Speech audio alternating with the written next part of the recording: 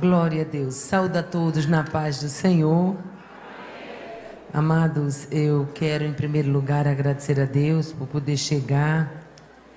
Para nós é um motivo de alegria nesta noite estarmos aqui com os irmãos. Quero nessa oportunidade louvar a Deus pela vida do pastor da igreja, pastor Joesé Santana, sua esposa, a irmã Miriam. E quero também louvar a Deus pela vida de todas as mulheres que fazem o ciclo de oração. Como bem falou a nossa irmã Miriam, né? A gente chegou aqui com uma asinha dodói, mas isso não nos impede de voar, né?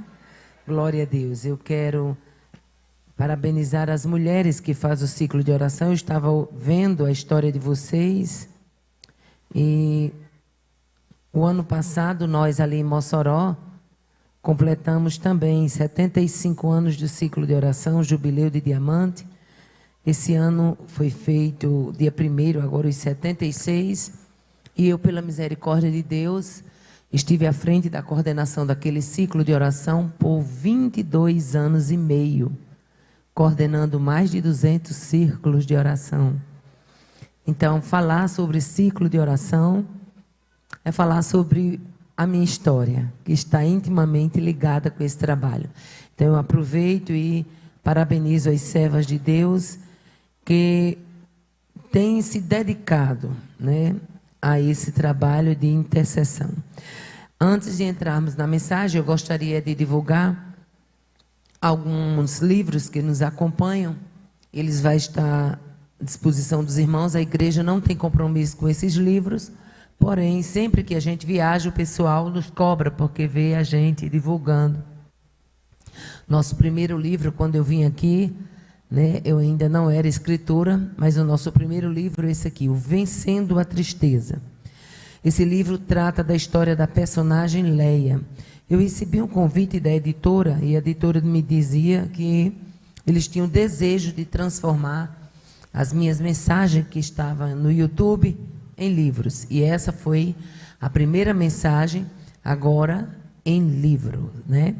E para vocês terem ideia como a vida dessa mulher é rica, muitas irmãs, depois que leem, diz para mim assim: irmã Aparecida, eu nunca tinha visto Leia por esta ótica, mas depois desse livro, abriu a minha mente sobre a importância dessa mulher no cenário da história de Israel. O segundo livro é esse aqui, Intercessão, um clamor necessário. Esse livro ele foi tema do meu bacharelado de teologia, e no dia que eu defendi a monografia, o professor disse: você tem um livro, qualquer tempo que você quiser, você publica. E ele foi publicado, e pela grande bondade de Deus, esses 2 livros já estão em 12 países, para a glória de Deus. O terceiro livro que nos acompanha é esse aqui. Ele não é de minha autoria, mas é de um crente em Jesus, nosso amigo, irmão, Hernando Pinheiro. Ele é o chefe da psiquiatria no estado do Rio Grande do Norte. E por que eu ando com esse livro? É porque o título do livro é O Psiquiatra Responde. Antes da pandemia, nós já tínhamos uma igreja tocada por muitas doenças psicossomáticas. E depois da pandemia, a gente não pode ser criança de não reconhecer que isso se agravou. E esse livro, ele traz muitas respostas, por isso que o título é O Psiquiatra Responde, sobre sintomas, né, e como ajudar pessoas com síndrome do pânico, depressão, transtorno bipolar, enfim, essas doenças da mente. Então, eles estarão disponíveis para os irmãos. Amém, mães? Aleluia. Vocês escolheram como tema Romanos 12, né? Glória a Deus. Vamos abrir as nossas Bíblias na Epístola aos Romanos, capítulo de número 12. Vamos ler apenas 2 versículos, versículo 1 e versículo 2. Quando Paulo, escrevendo à igreja em Roma, ele dizia assim: rogo-vos, pois, irmãos, pela compaixão de Deus, que apresenteis o vosso corpo em sacrifício vivo, santo e agradável a Deus, que é o vosso culto racional. E não vos conformeis com este mundo, mas transformai-vos pela renovação do vosso entendimento, para que experimenteis qual seja a boa, agradável e perfeita vontade de Deus. Quantos podem dizer glória a Deus? Amados, o texto é bem conhecido, porém um texto muito profundo. O apóstolo Paulo escreve para a igreja que estava em Roma. E para que vocês tenham ideia, essa igreja, ela não era uma igreja que vivia os seus melhores dias. Para quem não conhece, há um livro chamado As Catacumbas de Roma. E eu costumo dizer que, para entender a fundo o que significa a Epístola aos Romanos, tem que ter uma leitura do que era as Catacumbas de Roma. Era uma igreja perseguida, uma igreja onde tinha se tentado silenciá-la, uma igreja totalmente rendida e amparada e ancorada na força daquele que é forte. Aleluia. E aí ele começa logo usando um verbo, e esse verbo é um verbo grego chamado parakaleo, quando ele diz rogo-vos. Era um verbo grego que era usado no contexto militar. Quando os chefes de tropa, eles queriam impulsionar os seus soldados, os oficiais queriam estimular as suas tropas, exortar as suas tropas, ele usava esse verbo grego chamado parakaleo, que aqui Paulo traz como rogo-vos. E ele começa dizendo, pela compaixão de Deus, que apresenteis o vosso corpo. Aleluia. E aí ele começa a mostrar o corpo como um ponto de 3 indícios de adoração. Isso era importante porque a igreja estava sendo perseguida, muitos estavam sendo mortos, mas agora ele traz aquele corpo que estava sendo maltratado, perseguido, ele traz esse corpo para a Epístola aos Romanos e mostra exatamente 3 indícios sobre este corpo como instrumento de adoração. Primeira coisa, ele diz que este corpo é um sacrifício. Se é sacrifício, é oferta. Aleluia. Ele apresenta esse corpo como sacrifício, ou seja, em sacrifício a Deus, quer dizer, apresente o seu corpo em oferta. E isso bate de frente com o evangelho modernizado que a gente tem ouvido ultimamente, de que Deus não tem nada a ver com o nosso corpo, e que Ele só quer o nosso coração.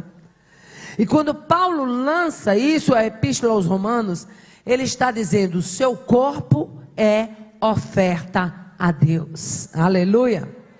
Segunda coisa que ele mostra é que esse sacrifício por meio do corpo é vivo. É um sacrifício contrário ao sacrifício da antiga aliança. Aleluia. A antiga aliança havia mostrado um sacrifício morto, mas agora Paulo diz que o nosso corpo deve ser apresentado em sacrifício vivo. Terceira coisa que ele destaca é que esse sacrifício, além de ser vivo, deve ser santo. E quando eu falo santo, eu vou para a essência da palavra, que significa separado para o serviço do Senhor. Aleluia. E parece até mesmo uma expressão contraditória. Quando ele diz que o sacrifício é vivo, aleluia, ele mostra exatamente que sacrificar significa matar. Como eu mato e ao mesmo tempo isso que eu mato é vivo, aleluia. Paulo estava trazendo a ideia de que quando a gente aceita Jesus, e quando a gente quer viver o evangelho que está escrito na Bíblia, e quando a gente quer viver uma identidade nova com Cristo, aleluia, Ele está trazendo a ideia que esse sacrifício é vivo, porque algo morreu e agora uma nova vida se desponta em nós. Aleluia. E ele era perito em fazer isso. Se você for olhar a Epístola aos Romanos, no capítulo 6 e versículo 8, Paulo diz: nós já morremos com Cristo e cremos também que com Ele viveremos. Quando chega lá em Gálatas, ele escrevendo a igreja da galáxia, no capítulo 2 e versículo 20, Paulo diz: estou crucificado com Cristo, logo já não vivo eu, mas Cristo vive em mim. Ele chama essa ideia de sacrifício para dizer: você assumiu uma nova vida, você ganhou uma nova identidade, portanto, viva o novo de Deus e deixe o velho para trás. Oh, glória a Deus, aleluia. Porque muitas vezes a pessoa entende que assumiu uma nova vida, mas ele quer ficar arrastando por anos, por décadas, por meses, uma vida velha. E Paulo disse: olha, o sacrifício é vivo, agora é nova vida, é nova identidade, é nova história, é nova postura, é novo comportamento, é nova linguagem, é novo proceder, é novo ir, é novo vir, é novo deitar, é novo levantar, é novo caminhar.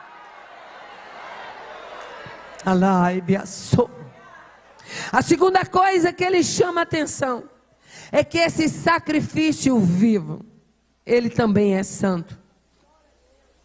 E quando ele descreve esse sacrifício vivo como santo, ele está descrevendo a natureza justa de Deus. Mas ele também descreve uma pessoa que é santificado, ou seja, separado. Aleluia. Quando eu digo que eu sou separado, eu estou dizendo que agora eu não pertenço mais à antiga vida, mas eu sou de uso exclusivo daquele que me separou. Daquele que me separou para viver o novo dele. Louvado seja o nome do Senhor. Em Cristo, Paulo estava trazendo essa ideia que em Cristo nós somos agora, aleluia, separados para uma nova vida com Deus. O que antes servia, não serve mais. O que antes se encaixava, não se encaixa mais. Oh, aleluia. Quando Deus nos resgata, Ele nos resgata para viver em novidade de vida. Só tem graça ser crente se for para viver em novidade de vida. Só tem graça ser crente se for para viver para louvor e glória do Senhor. Oh, aleluia. Glória a Deus. E ele mostra que isso, aleluia, chama a atenção de que isso é para ser exercido. E eu gosto muito de uma expressão lá em Levítico, capítulo 20, versículo 26, quando diz o Senhor: e ser-me-eis testemunhas, porque eu, o Senhor, sou santo, e separei-vos dos povos para serdes meus. Em toda a narrativa do Antigo Concerto, você vai ver Deus falando para Israel: vocês são separados, vocês são meus, vocês são santos, vocês não são misturados, vocês não são igual aos povos das outras nações, vocês são sacerdócio real, nação eleita, povo adquirido, propriedade peculiar. E o que é uma propriedade peculiar? É uma propriedade privativa. Só quem coloca a mão nela é o dono. Oh, aleluia. Glória a Deus, aleluia. Aí nós chegamos em Deuteronômio 14, o Senhor diz assim: porque és povo santo ao Senhor teu Deus, e o Senhor te escolheu de todos os povos que há sobre a face da terra, para lhe serdes o seu próprio povo. Eu acho lindo quando Deus chega para Israel, Deuteronômio 7, e ele diz assim: eu vos escolhi, não porque vocês eram numerosos. Possivelmente, a Bíblia não pormenoriza, mas possivelmente, Israel já estava grande, Israel já estava fortalecido, e Israel já estava pensando, porque Deus não fala nada sem propósito. Deus é um Deus de propósito, Ele não joga palavra ao ar. Toda palavra que sai da boca de Deus tem um coração que está precisando receber. Aí Deus chega para Israel e diz: eu não vos escolhi porque vocês eram numerosos, nem porque vocês eram fortes. Aleluia. Haviam outras nações mais numerosos e mais fortes do que vocês, mas eu vos escolhi. Olha o motivo: porque eu vos amei. O motivo da nossa escolha é porque somos amados. Oh, aleluia. Não havia nada em você, não havia nada em mim, não havia nada em ninguém dos que aqui estão para que fosse escolhido. Foi exatamente obra da graça, favor imerecido. Oh, aleluia. Glória a Deus. Aí na epístola de 1 Pedro 3, capítulo 1, primeiro versículo 15, assim: mas como é santo aquele que vos chamou, sede vós também santos em toda a vossa maneira de viver. Aleluia. Tem muita gente chamando Deus de pai, mas não se comporta como filho. Tem muita gente dizendo que Deus é Senhor, mas não se comporta como servo.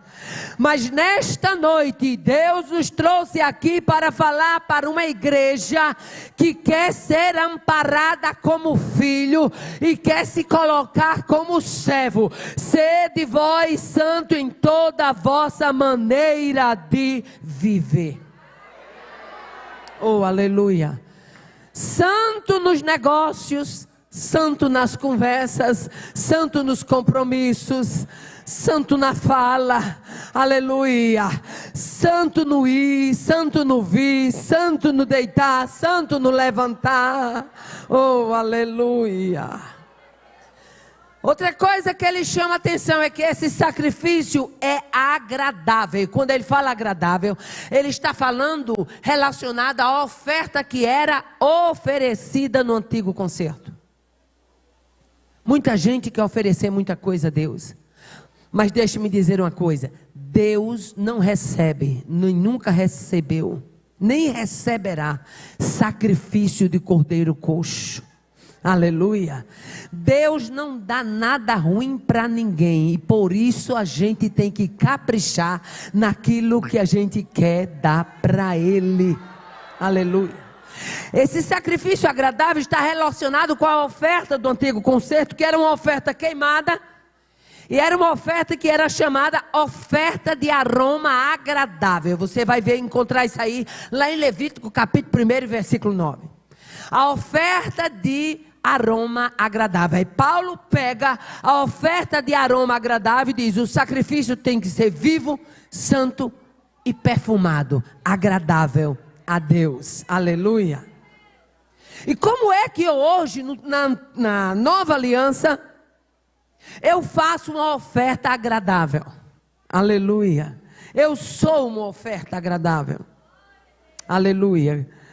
A Bíblia nos explica algumas coisas. E Paulo, escrevendo aos crentes em Éfeso, capítulo 5 e versículo 2, ele diz assim: Cristo nos amou e se entregou a si mesmo por nós em oferta, em sacrifício a Deus e em cheiro suave. Aleluia. Você já tem se entregue a Deus como sacrifício suave? Aleluia. Você já tem feito do seu culto um sacrifício agradável a Deus? Ou você vem para o culto e fica olhando quem entrou, quem saiu, quem se vestiu, quem subiu, quem cantou, quem deixou de cantar, quem foi, quem deixou de ir? Ei, nesta noite nós estamos aqui para oferecer uma oferta agradável.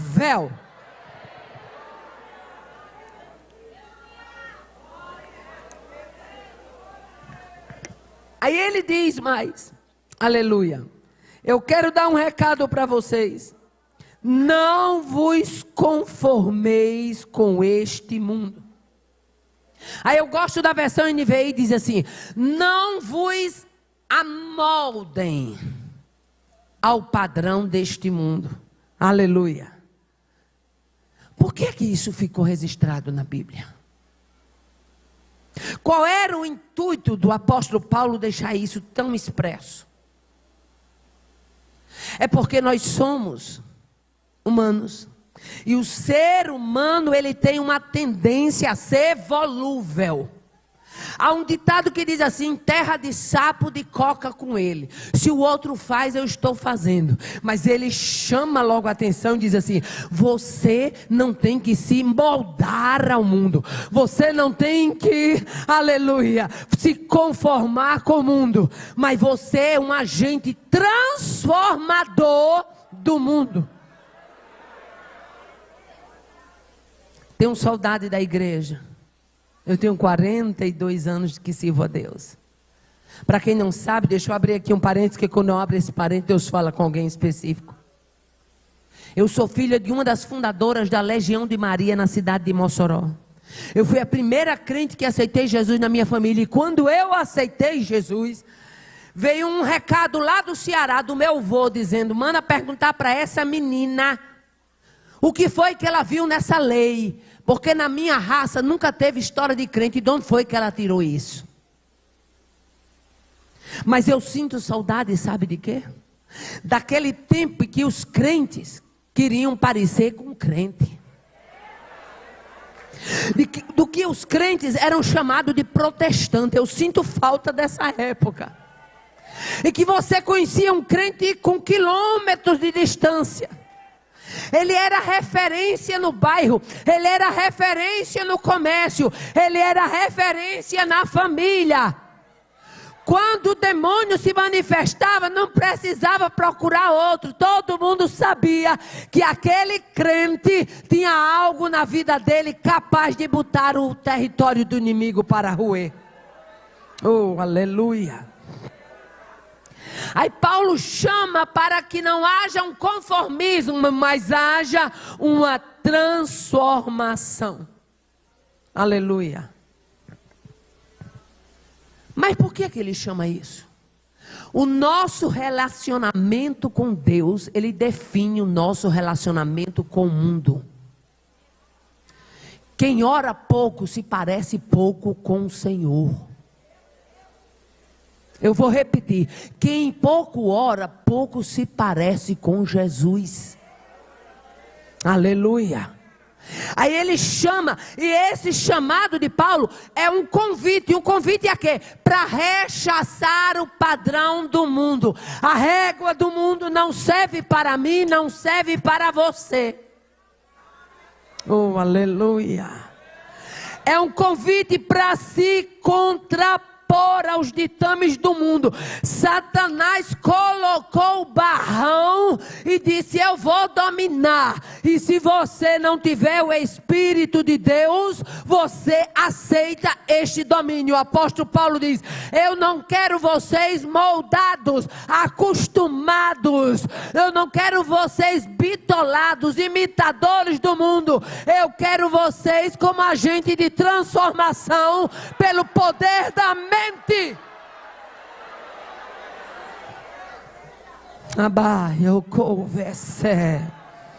Aleluia.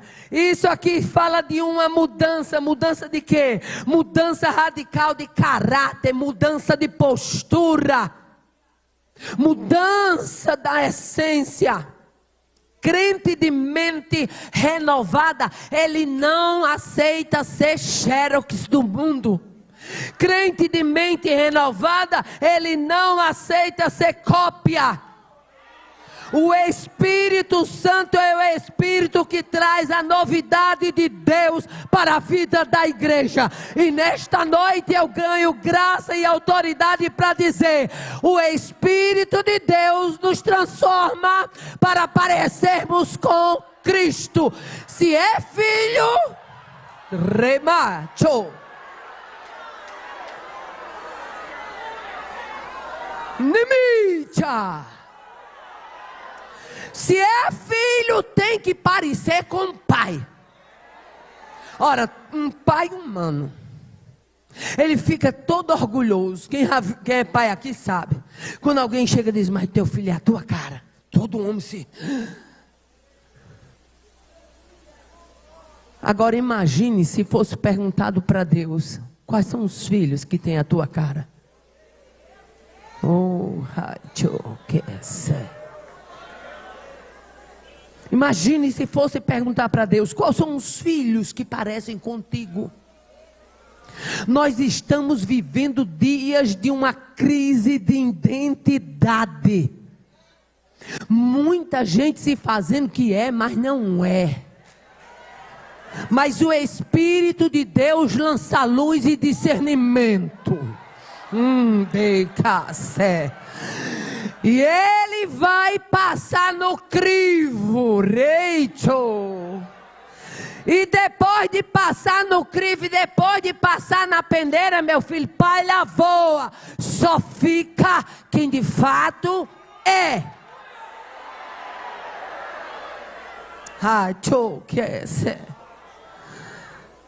A postura de um crente de mente renovada. E Paulo sabia disso. Lá escrevendo aos Romanos 6:13, ele diz: apresentai-vos a Deus como vivos dentre os mortos. Não se engane. Nós somos a única sociedade da terra que está no meio de um mundo putrefado. Ou é sal ou é insosso. Ou é luz ou é treva. Ou é de verdade ou é de mentira. Deus não quer uma igreja com identidade dupla. Deite o que é ser. Nem que é ser. Aí ele manda, aleluia. E eu acho interessante que o Espírito Santo usa a palavra para renovar. Aleluia. Trata da renovação de mente. Sabe o que é renovar? Aleluia. Renovar é saturar, encher.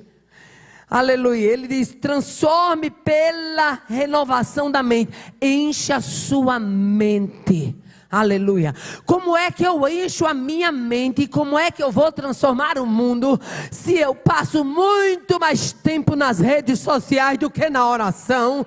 Se eu passo muito mais tempo olhando a vida de A, de B, através das redes sociais, do que procurando saber o que a palavra de Deus tem para mim. O Espírito de Deus nesta noite brada: enche a tua mente da palavra, para que você possa parecer com Cristo.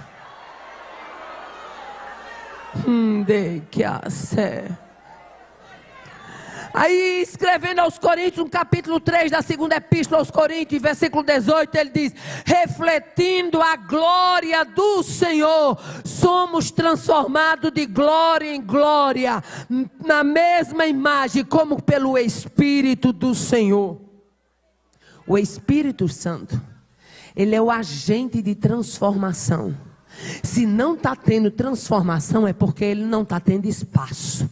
Mas onde tem espaço, ele endireita o que está torto, ele limpa o que está sujo, ele nivela o que está desnivelado, ele costura o que está descosturado, ele apruma o que está desaprumado, ele bota para ficar alinheiro o que está desalinhado. Ele é o agente da transformação. Aonde você ver um crente que ele não mostre sinais de transformação, não precisa procurar longe, não. É porque ali o agente da transformação, chamado Espírito Santo, não teve mais espaço. E o Espírito de Deus, ele é educado. Ele não é invasivo. Ele só entra onde ele dá lugar. Aleluia. O que acontece quando o Senhor renova a nossa mente? Em primeiro lugar, nós entendemos com clareza que a sua vontade é boa, é perfeita e é agradável. Pode estar o vendaval que tiver, mas a gente tem a certeza que o centro da vontade dele é o melhor para a nossa vida. Mas a luta está troando, mas eu estou no lugar certo, o Senhor me quer aqui. Mas a coisa está difícil, mas eu sei que por fim o meu Cristo se levantará sobre a terra. Eu estou na direção certa. Oh, aleluia. O que mais acontece quando o Senhor renova nossa mente? Aprendemos a obedecer a Deus com reverência, temor e tremor. Sabe o que está acontecendo? Nós estamos vivendo dias de uma igreja sem temor. Será que vai ser preciso Deus abrir o chão e engolir os coréis, os datãs, os abirãos outra vez? Será que vai ser preciso Deus abrir o mar e fechá-lo em cima da cavalaria de Faraó outra vez? Será que vai ser preciso o Sinai fumegar por não conter a glória de Deus outra vez? Abaixo que esse anibiaço.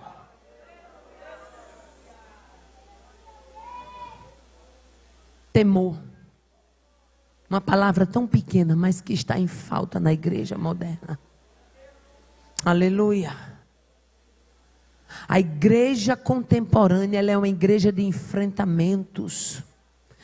Ela é uma igreja que falta temor. E nós precisamos dizer: Espírito Santo, nos ajuda outra vez. Entra nas minhas arestas, apara as minhas arestas, me transforma, porque eu preciso parecer com o Pai outra vez. O que é que você não aceitava lá atrás e você está aceitando agora? O que é que você fazia para agradar a Deus lá atrás, que você já deixou de fazer, porque afinal você é muito moderno para estar daquele jeito outra vez? Ah, irmã Aparecida, é porque naquela época eu era muito atrasada, e a sua modernidade lhe esfriou, a sua modernidade lhe distanciou, a sua modernidade roubou as riquezas do céu. Revelações não tem mais, esclarecimento não tem mais, discernimento não tem mais, desejo de orar não tem mais. Ei, Deus nesta noite nos traz como o trombeta dizendo: acorda!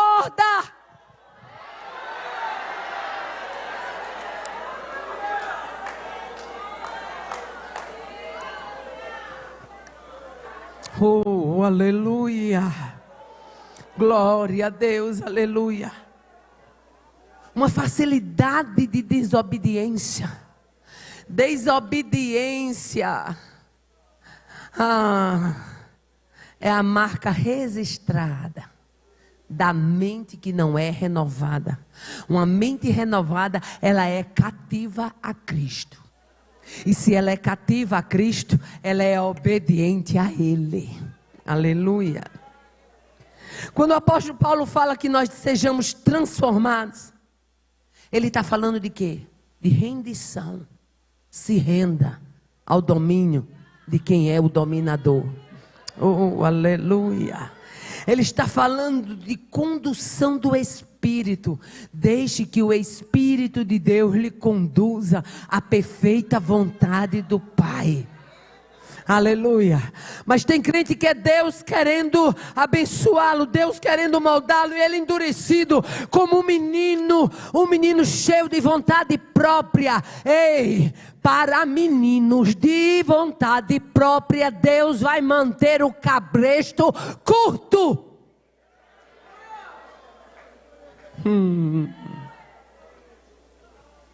Aí nós encontramos Paulo escrevendo aos Gálatas, capítulo 5, versículo 16, dizendo: andai em espírito, e não cumprireis a concupiscência da carne. Quando é que eu sei que eu tenho uma mente renovada? Quando guardamos a sua palavra com prazer, com alegria. Aleluia. 1 João 2, versículo 4 e 5 diz assim: aquele que diz eu o conheço e não guarda os seus mandamentos é mentiroso e nele não está a verdade. Mas qualquer que guarda a sua palavra, o amor de Deus está nele verdadeiramente aperfeiçoado. É tanta gente dizendo eu conheço Deus, sou íntimo de Deus, mas quando você abre a palavra e vai colocar a postura, está totalmente fora. A Bíblia diz, para estes, eu digo, são mentirosos.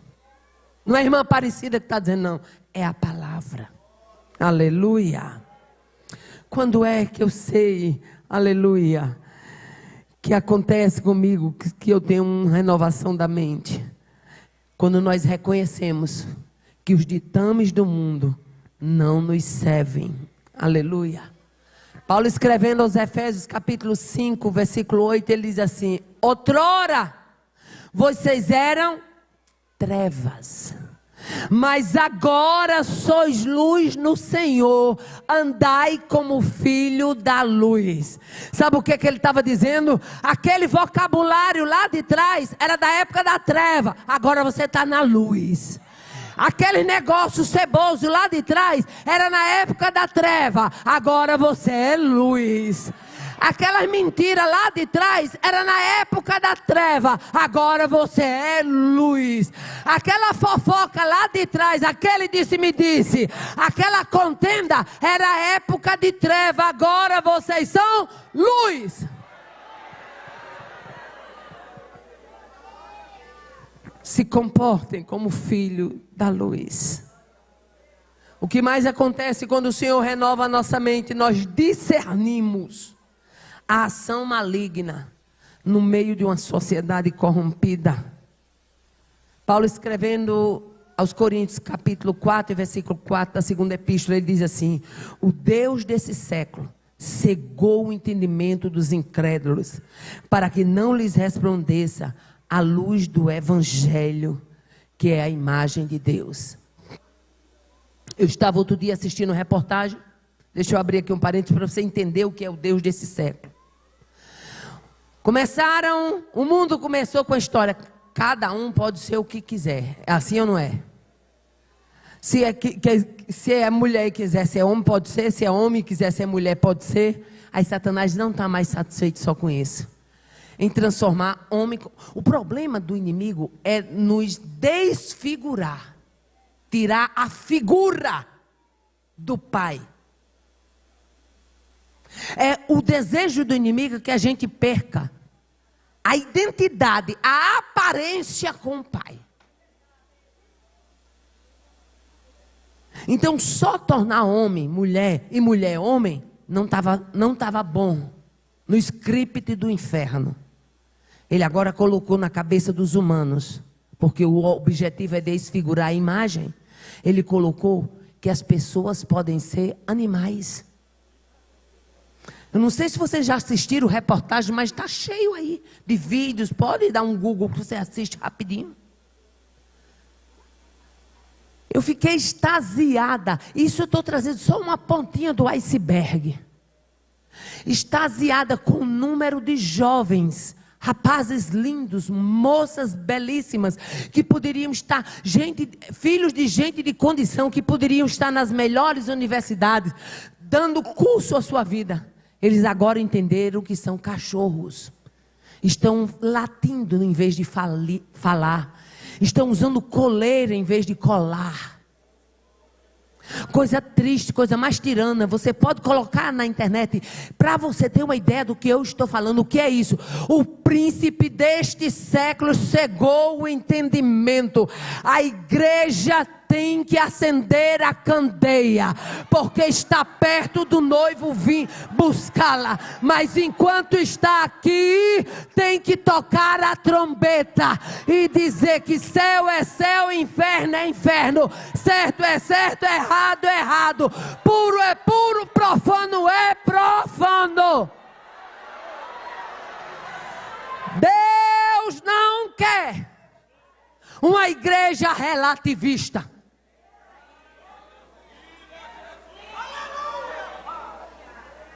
Deus não quer uma igreja conformada.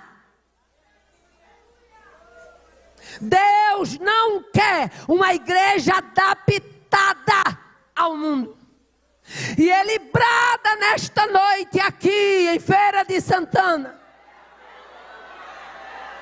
Ai, que é sério.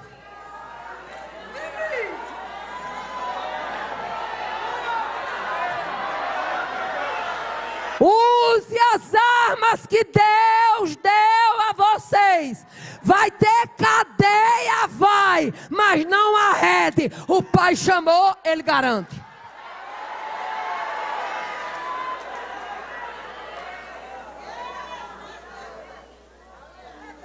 Está chegando uma hora crucial e decisiva para a gente. E Deus quer saber, nesta última hora, com quantos soldados Ele pode contar. Porque já foi descortinado no cenário da terra uma batalha. E ela já está sendo travada nos ares.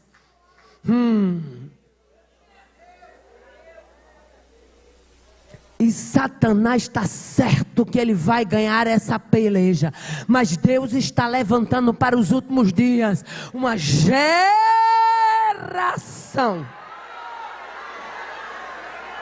Neiabadocou.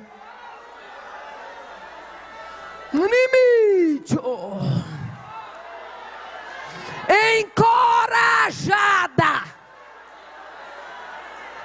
Desça para a oração, porque o negócio está ficando estreito.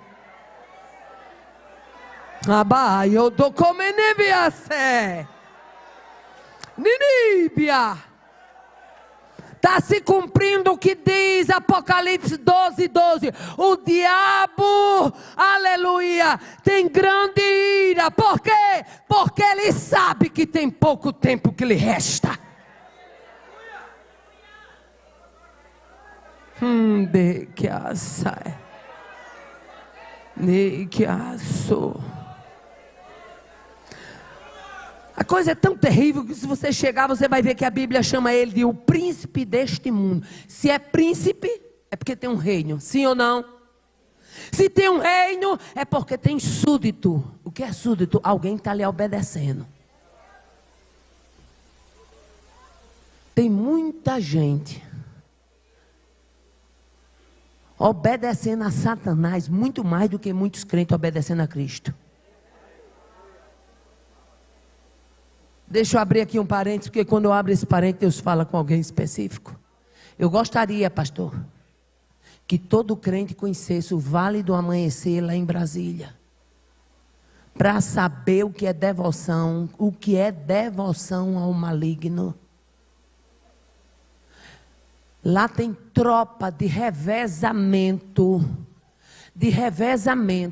24 horas. Entre a equipe do roxo, sai a equipe do branco. Entre a equipe do amarelo, sai a equipe do vermelho. Entre a equipe do preto, é tudo feito uns zumbis no meio da rua. E ai deles se queimaram uma escala de trabalho, 24 horas direto, o Vale do Amanhecer, tendo trabalho, tendo sessão. E a igreja...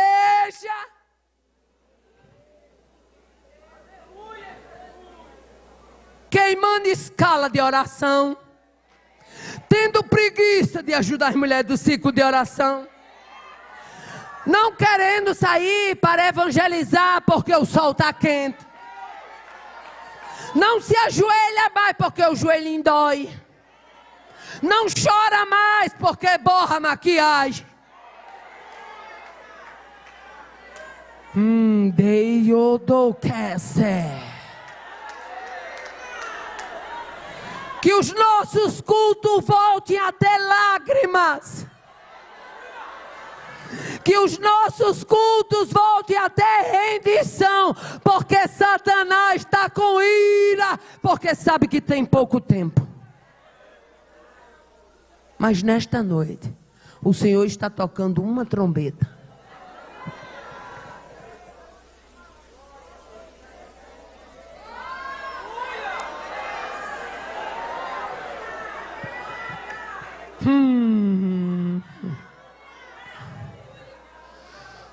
O que mais acontece quando temos essa mente renovada? Nós temos a capacitação do Espírito Santo para discernir.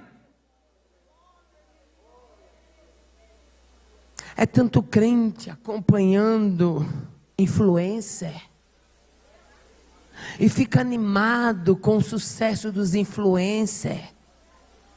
Tu não fosse chamada para uma presepada dessa.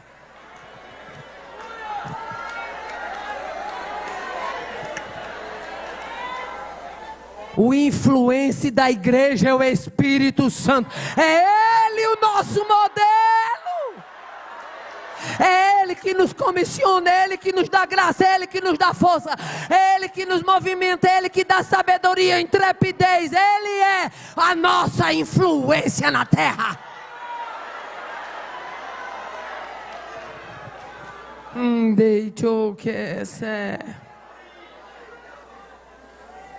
Transformação.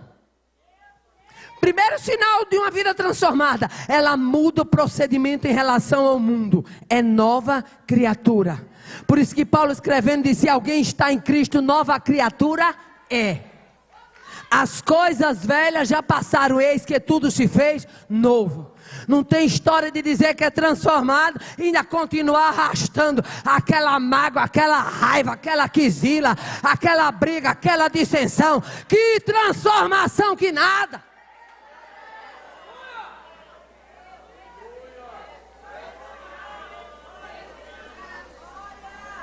Ai, eu quero ser. Segunda coisa de uma mulher transformada, de um crente transformado, eles são canais de transformação para outras vidas.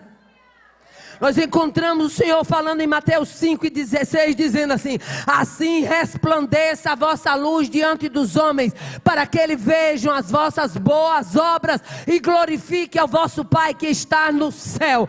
Crente transformado, ele ajuda a transformar outras vidas.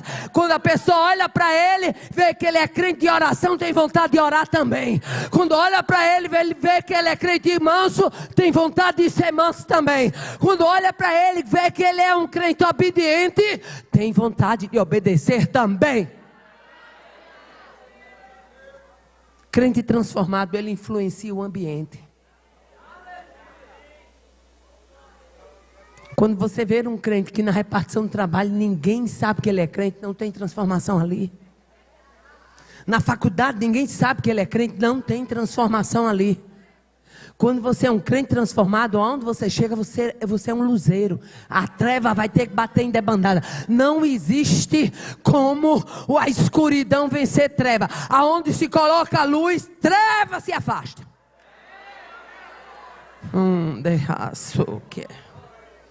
O que mais a palavra nos diz?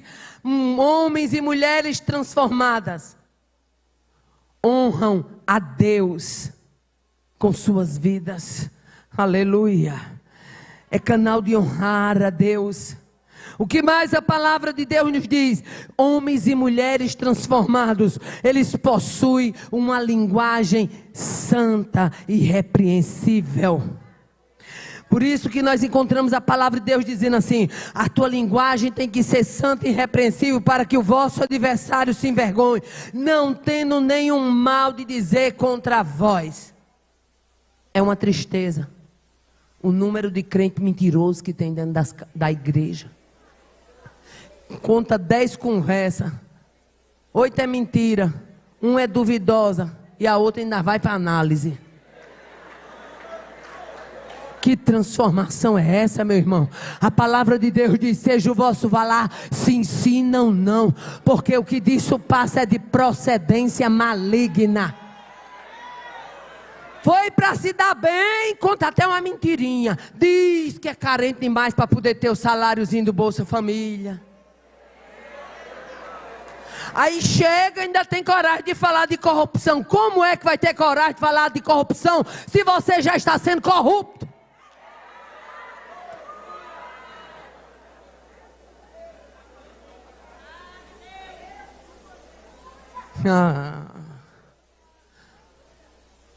Mente transformada tem desejo de trabalhar para o reino, não é ocioso, não é ociosa.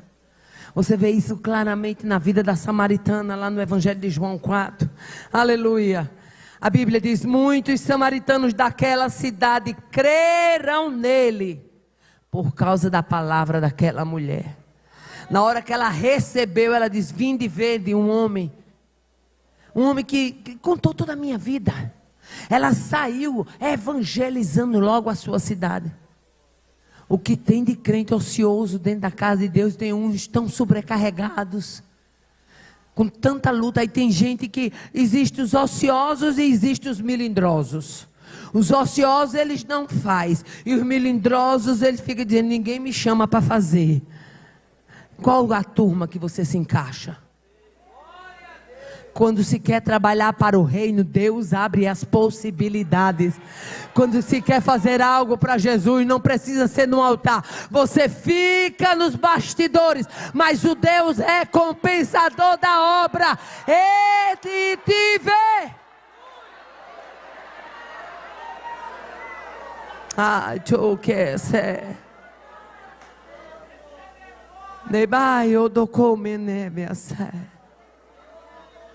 Não precisa você estar em evidência, no holofote. Quem quer trabalhar para o Senhor, trabalha lá no pé de serra, lá onde o vento faz a curva. Trabalha dentro do ônibus, soltando literatura. Trabalha no culto das casas. Trabalha carregando caixa de som. Não falta o que fazer no reino. Crentes de mente transformada, eles respeitam as autoridades constituídas por Deus. Romanos 13, que resiste à autoridade, resiste à ordenação de Deus e atrai a condenação. Todas as vezes em que eu vejo esse texto, eu me lembro de Ana. Que mulher que nós temos que aprender. Você ir para o templo, chorar, amargurada e ser confundida com uma bêbada. E não foi com qualquer um não, o sacerdote do templo. Imagine aí, se você chegasse aqui em um culto de oração e estivesse aí no banco chorando, e de repente o pastor Joesé, não é isso? Pastor Joesé dissesse assim, tocasse a campanha: ô minha irmã, você está bêbada? Misericórdia. Ele ia ser filmado, no outro dia estava no hall do Facebook, Instagram, TikTok, e mais não sei o que, mais não sei o que, tanta catrevagem que tem aí. Ana era crente. Não, Senhor meu, eu sou uma mulher atribulada de espírito. Só do meu desgosto eu tenho falado até agora. Oh, aleluia. Crente de mente transformada, ele respeita as autoridades constituídas por Deus. Está ficando difícil colocar o obreiro na obra, porque o povo, cada um, eu não gosto de fulano não, porque ele não tem um vocabulário bonito. Eu não gosto dele não, porque ele não sabe nem se expressar. Eu não gosto dele não, porque ele não sabe falar. Eu não gosto dele não, porque a mulher dele anda que parece uma matuta. É tanta gente pesando, medindo, pesando. E você acha que o céu não tem balança?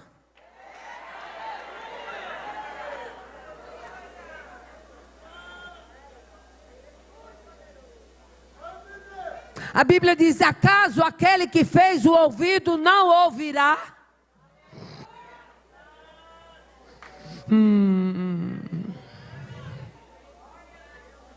Está faltando, aleluia, crentes para dizer: Senhor, me ajuda a respeitar os teus servos, que são os teus representantes.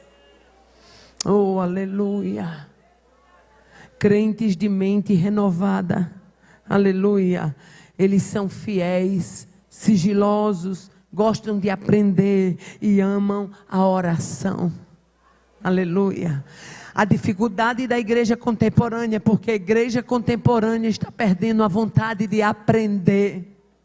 É tanta gente metida a sabido, que acha que os mais velhos não tem mais nem o que ensinar. Porque afinal de contas eles já são formados, eles já são pós-graduados, eles já falam bonito, eles já são isso, eles já são aquilo outro. E quem disse a você que o credencial para ser usado aqui é o seu curso de faculdade?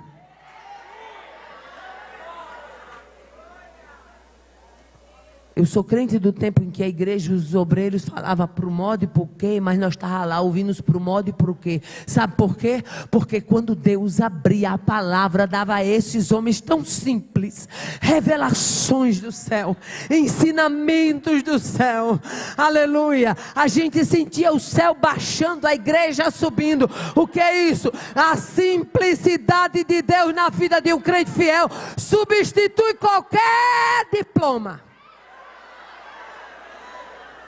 Eu quero orar com você. As horas não nos permitem mais além. E eu quero convidar para ficar em pé. E nessa oração nós vamos dizer: Senhor, nos transforma. Tira os carrapichos.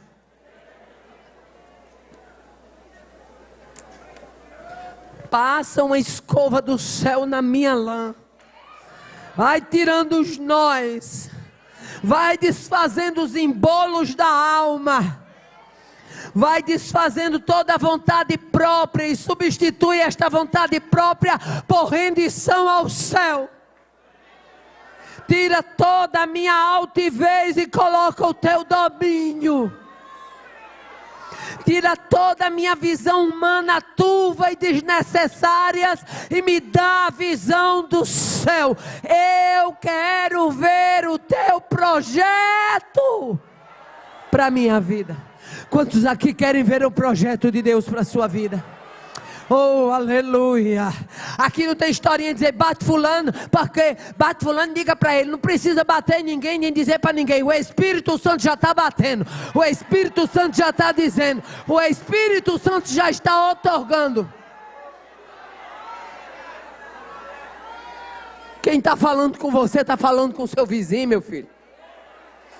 Quem está falando com a turma que está aqui na frente está falando com a turma da galeria. Quem está falando com a mocidade está falando com os idosos. Quem está falando com os homens está falando com as mulheres.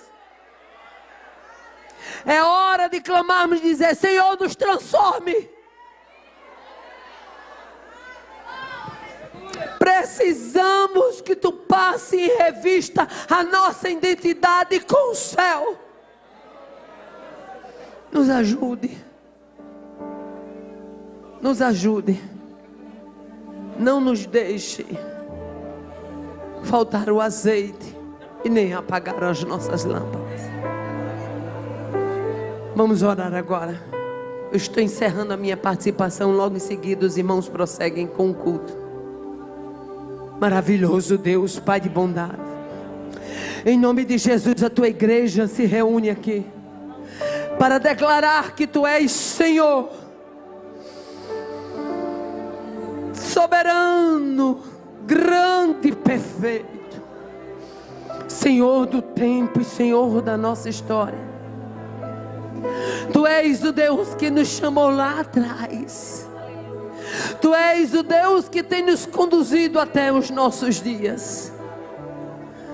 Nós precisamos, Senhor amado, renovação da nossa identidade, renovação dos nossos propósitos, realinhamento do nosso proceder. Vai passando em revista o teu exército. Vai jogando, Senhor amado, tudo aquilo que não está do teu agrado, tudo aquilo que está em desalinho com a tua vontade. Nos ensina a caminhar de cabeça erguida. Nos ensina a caminhar com a altivez de quem é sal e de quem é luz. Nos ensina a caminhar com a altivez de quem é escolhido e de quem é filho. Oh, aleluia. Não nos deixa nos moldar a um padrão do mundo, mas nos ensina a transformar esta realidade pela mente renovada que há em Cristo Jesus, nosso Senhor. A tua palavra nos diz que nós temos a mente de Cristo, e é essa mente que nós queremos sobre a nossa vida. Rendemos a nossa vontade própria. Rendemos a nossa visão humana. Rendemos, Senhor amado, o nosso proceder a Ti. Todas as coisas sejam levadas cativas a Ti neste lugar. Que a Tua igreja em Feira de Santana possa compreender cada vez mais a largura, o comprimento e a profundidade do Teu amor, da Tua bondade, da Tua misericórdia. Cerca-nos, dá-nos a cobertura, porque sabemos que uma hora de batalha se avizinha e queremos estar munidos de graça, com arsenal do céu, com a pontaria de guerreiro e com a munição do Teu Espírito. Pai, em nome de Jesus, nós já Te louvamos, nós já Te agradecemos. E a igreja diz: a vitória é nossa. A vitória é nossa. Operando Deus. Que Deus nos abençoe.